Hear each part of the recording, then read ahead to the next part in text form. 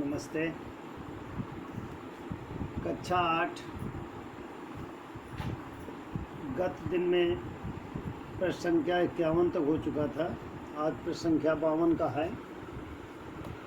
कहावत है कि नाक की ओट में परमात्मा छिपा होता है। यही बात सुनेली के साथ भी घटित हुई। एक दिन की बात है कि सुनेली पानी का घड़ा लेकर डाड़ी की ओर जा रही थी कि एक खेंजड़े राजस्थान का एक कटीला वृक्ष की जड़ में उसे गीली मिट्टी दिखाई दी। उधरों चूहों ने बिल बनाया होगा, ऐसा सोचकर वह आगे की ओर बढ़ गई। लेकिन अचानक उसके मन में ख्याल आया, गीली मिट्टी है तो शायद पानी भी होगा। वह प्रसन्नता से फूली नहीं समाई। गांव में पानी की कल्पना से वह लगभग दौड़ती हुई सी घर में पहुंची। पनहड़ी पर घड़ा रखते हुए समय प्रायः वह डाड़ी को गाली जरूर दे देती, लेकिन आज उसके मुंह से गाली नहीं निकली, बल्कि पिछली गलियों का पश्चाताप भी हो रहा था। उसने शीघ्र अपने दोनों बेटों को बुलाया और बोली, चलो फावड़ा लेकर मेरे साथ आओ, हम लोग कुआं खोदेंगे। सुनैली की बात सुनकर दोनों बेटे हंसने लगे। बोले, माँ तुम तो पागल तो नहीं हो गई, यहाँ पानी कहाँ मिलेगा। एक तो दौड़कर पिता के पास पहुँच गया और हंसते हुए बोला, बापूजी माँ बावली हो गई। सुनकर बूढ़ा अवाक रह गया। दाढ़ी बनाते बनाते उनका हाथ एक यकाएक रुक गया। बोला, क्या बकता है रे। बकता नहीं हूँ बापू जी, माँ कह रही है कि फावड़ा लेकर मेरे साथ आओ, कुआं खोदेंगे। आप ही बताओ साहब, इसे बावली होना नहीं कहेंगे और क्या कहेंगे। लड़का बोला। सुनकर बूढ़े को कुछ इत्मीनान हुआ। बोला, चलो मैं भी चलकर देखता हूँ। घर में जाकर देखा तो सुनेली बिल्कुल तैयार बैठी थी।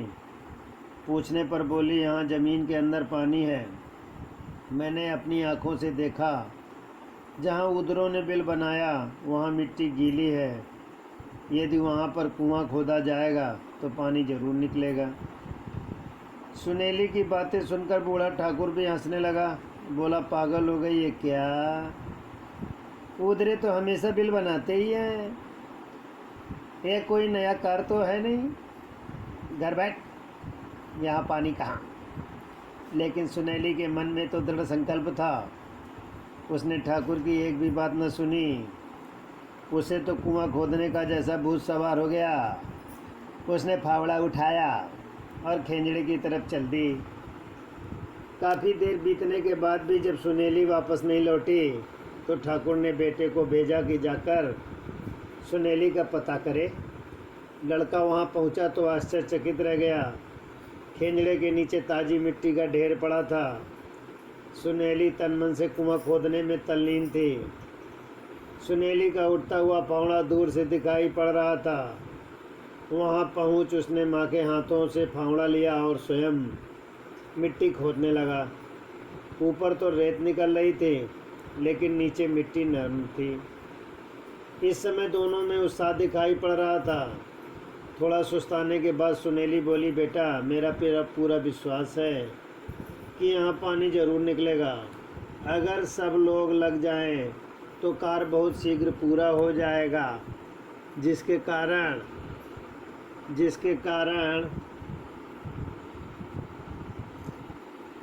अब हम कुएं में थोड़ा बेटा विश्वास कर ले, पानी ज़रूर निकलेगा।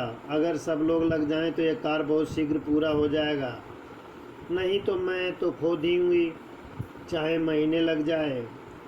अब तो मैं अपने कुएं का पानी पीकर ही मरूंगी।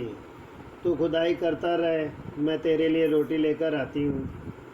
सुनेली बेटी के लिए रोटी लेकर वापस आई तो देखती है कि जवान हाथों के जोर से उसके काम को दुगना आगे बढ़ा दिया।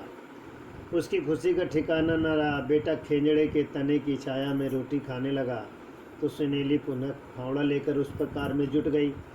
सायंकाल में दोनों बेटे घर पहुंचे तो उसके चेहरे पर प्रसन्नता और विश्वास झलक रहा था। दाढ़ी के लोगों ने उसका मजाक भी उड़ाया, लेकिन वह चुप थे। प्रश्न संख्या 52 के प्रश्न इस प्रकार के हैं। पहला प्रश्न है, कहावत क्या है? प्रश्न नंबर 2, ऊदरों का अर्थ क्या है? प्रश्न नंबर 3, सेनाली के मन में क्या विचार आया?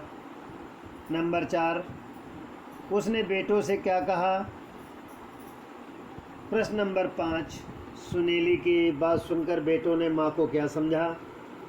प्रश्न नंबर 6, एक बेटा कहाँ गया और उसने किससे बात की? प्रश्न नंबर 7, ठाकुर साहब ने क्या कहा सुनैली के बारे में? इतने प्रश्न बालक स्वयं करें।